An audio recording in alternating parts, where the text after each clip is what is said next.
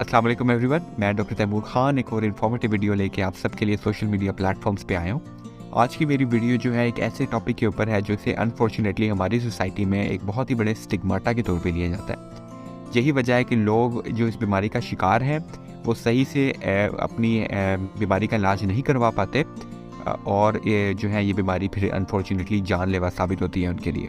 इस बीमारी को मिर्गी की बीमारी कहते हैं, सीजर्स या एपिलेप्सी कहा जाता है।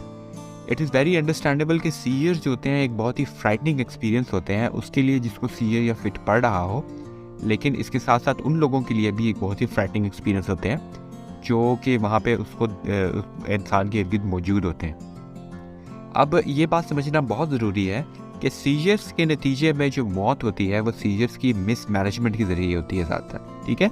तो सीजर्स की मैनेजमेंट कम्युनिटी के अंदर ही, फिट्स या किसी को दौरे पड़ रहे हो तो उसकी मैनेजमेंट कम्युनिटी के अंदर ही शुरू कर लेना बहुत ज़रूरी है। और एक जनरल पब्लिक अवेयरनेस जो है उसकी बहुत ज़्यादा पाकिस्तान में कमी है।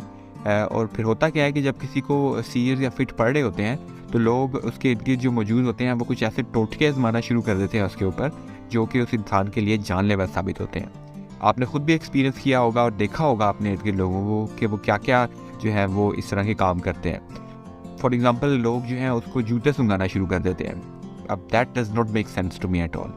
जिसको सीजर्स या फिट पड़ रहे होते हैं ऑलरेडी उसका जो ब्रेन है वो ओवरराइड में चल रहा होता है, ठीक है। अब नॉर्मल इलेक्ट्रिकल एक्टिविटी उसकी ब्रेन में चल रही होती है, ऊपर से आप उसको बुरी स्मेल के स्टिमुलाई देना शुरू कर देते हैं तो वो सीजर्स को प्रोलॉन्ग कर देंगे, उनको ज़्यादा लीथल कर देंगे, लेकिन सीजर को टर्मिनेट नहीं करेंगे ये ऐसे काम, ठीक है। इसके साथ साथ लोग उनके मुंह में पानी डालना शुरू कर देते हैं। अब ये एक बहुत ही सिंपल सी बात है जिसको समझना मेरे नहीं ख्याल के इतना कोई मुश्किल काम है। आप देखें जिसको फिट या सीजर्स पड़ रहे हैं वो बेहोशी के आलम में है, ठीक है। बेहोशी का आलम जो है उसको अगर हम कहें कि वो डीप स्लीप का आलम है, ठीक है, वो एक गहरी नींद में है, ठीक है। अगर आप गहरी नींद में हो और एकदम आपके मुंह में कोई पानी डाल दे तो आपके साथ क्या होगा? आपको दस्तक चढ़ जाएगी, वो पानी आपकी सांस की नाली में चला जाएगा। यही सूरत हाल उस इंसान के साथ होती है जिसके ऊपर बेहोशी तारी होती है या जिसको फिट पड़ रहे होते हैं। अगर आप उसके मुंह में पानी डालेंगे तो वो पानी से उसे दस्तक चढ़ेगी, वो उसकी सांस की नाली में चला जाएगा और उसकी मौत वाक़या हो जाएगी क्योंकि वो सांस नहीं ले सकेगा, उसकी सांस की नाली बंद हो जाएगी, ठीक है। It's a very simple thing to understand. तो इसलिए जब किसी को सीजर्स या फिट पड़े हो तो बराए मेहरबानी उसको ना कोई आप जूते सुंघाएं, ना जुराबें सुंघाएं और ना ही उसको उसके मुंह में कोई पानी डालें, ठीक है। अब आपने करना क्या है इसके बारे में मैं आज की वीडियो बना रहा हूँ कि किसी को अगर सीजर्स पड़ रहे हो तो what you should do during a seizure, ठीक है। सबसे पहला काम क्या करना है कि you have to protect the person from injury, ठीक है। तो उसके लिए you should cushion the person's head. जिसको सीजर पड़ रहे हैं उसके सर को चोट लगने से बचाएं। उसके लिए आप उसके सर के नीचे कोई कुशन रख दें, कोई पिलो रख दें और उसके इर्द गिर्द कोई ऐसी चीज़ें अगर मौजूद है जो कि उसको नुकसान दे सकती हैं, इंजरी कॉज करवा सकती हैं, तो उन चीज़ों को वहाँ से फौरी तौर पे दूर कर दें, ठीक है। उसके बाद आपने फौरी तौर पे सीजर को टाइम करना शुरू कर देना है। Timing a seizure is very important क्योंकि जो मैनेजमेंट ऑफ सीजर होगी घर में भी, एम्बुलेंस में भी और हॉस्पिटल में भी वो डिपेंड करेगी कि सीजर की लेंथ कितनी है। तो फौरी तौर पे स्टॉप वॉच को ऑन करें या किसी तरह भी सीजर को टाइम करना शुरू कर दें, क्योंकि अगर सीजर 5 मिनट से ज़्यादा प्रोलॉन्ग्ड है तो उस इंसान की जान को ख़तरा है।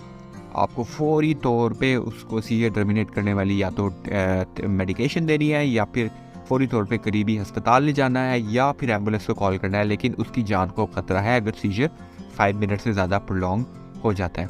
इसके अलावा try never to stop the seizure, ठीक है। Never try to stop the seizure by force. अगर किसी को सीजर उसकी बॉडी हिल रही है, जर्क हो रहे हैं उसकी बॉडी को, झटके लग रहे हैं उसकी बॉडी को, तो आप उसके हाथ पैर को ज़ोर से ना आगे पकड़ें। होगा क्या कि उनकी हड्डी टूटने का खतरा है।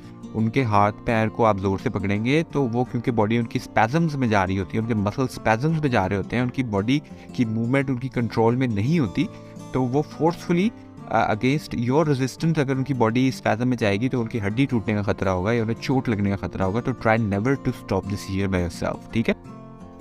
उसके बाद जिसको सीजर पड़ रहे हैं उसकी सीजर्स के दौरान और जब उसकी सीजर ख़त्म हो जाए लेकिन फिर भी उन पर बेहोशी का आलम तारी हो तो उसके दौरान उन्हें रिकवरी पोजीशन में डालना बहुत ज़रूरी है। इस वीडियो के अंदर मैं रिकवरी पोजीशन की एग्जांपल जो है वो आपके सामने ला रहा हूँ। इसकी डिस्क्रिप्शन बड़ी सिंपल सी है। होता ही है कि जब किसी की रिकवरी पोजीशन में हम डालते इसलिए हैं कि हम उनकी एयरवे या सांस की नाली को ऑब्स्ट्रक्शन से बचा सकें और उनको फर्दर डैमेज से या उनकी जान को हम बचा सकें, ठीक है। तो इसके लिए आप इस वीडियो जो मैंने इसके अंदर ऐड की है इस स्टेप्स को फॉलो करें। बेसिकली आप करते क्या है कि पेशेंट को 90 डिग्री एंगल के ऊपर टर्न कर देते हैं, ठीक है, ideally towards the left side, ठीक है। आप उनकी जो निचली टांग होगी उसको स्ट्रेट कर देंगे, ऊपर वाली नी जो है उसको बेंड कर देंगे जैसा इस वीडियो में दिखाया गया है, ठीक है। और उनको आप और उनके हेड के नीचे को पिलो वगैरह आप रख देंगे ताकि उनके हेड को आप सपोर्ट दे सकें, कुशन दे सकें, ठीक है। तो इससे होगा क्या कि उनकी सांस की नाली जो है वो अगर खुदा न खास्ता वॉमिट कर देते हैं या कि उनकी ज़ुबान लड़क जाती है, पीछे की तरफ लुढ़क जाती है, तो उसके नतीजे में सांस की नाली बंद होने का ख़तरा जो है वो मिनिमम हो जाएगा अगर आप उन्हें रिकवरी पोजीशन पे डाल देंगे। इसके अलावा अगर सीजर जो है वो 5 मिनट या उससे ज़्यादा तक रहते हैं तो फौरी तौर पे आपको जो है एम्बुलेंस को कॉल करने की ज़रूरी है और पेशेंट को मेडिकल हेल्प जो है उसकी इमीडिएटली ज़रूरी होगी, ठीक है।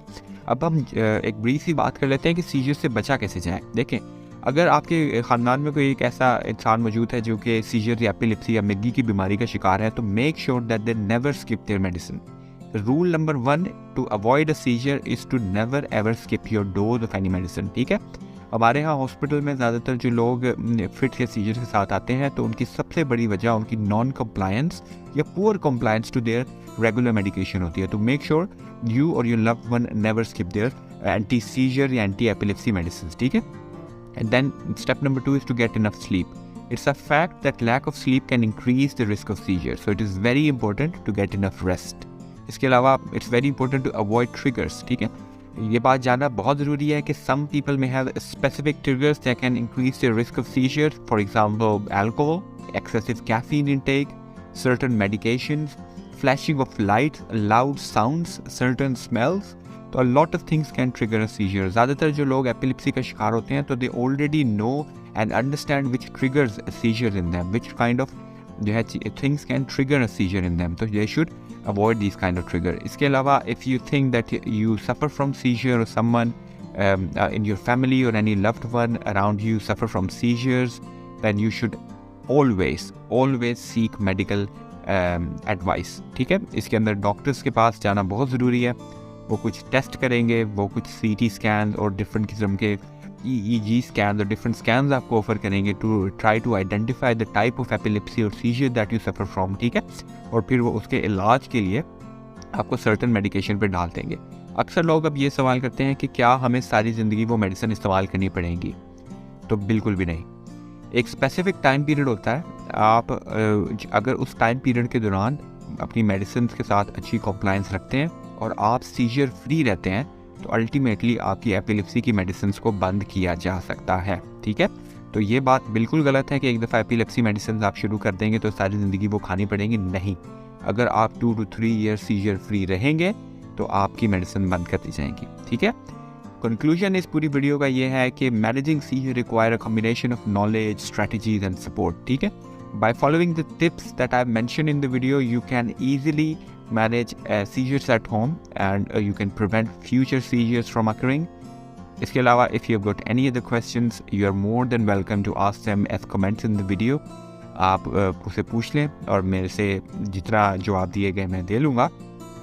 इसके अलावा नेक्स्ट वीडियो के साथ मैं फिर हाजिर हूँगा, तब तक के लिए अल्लाह हाफ़िज़।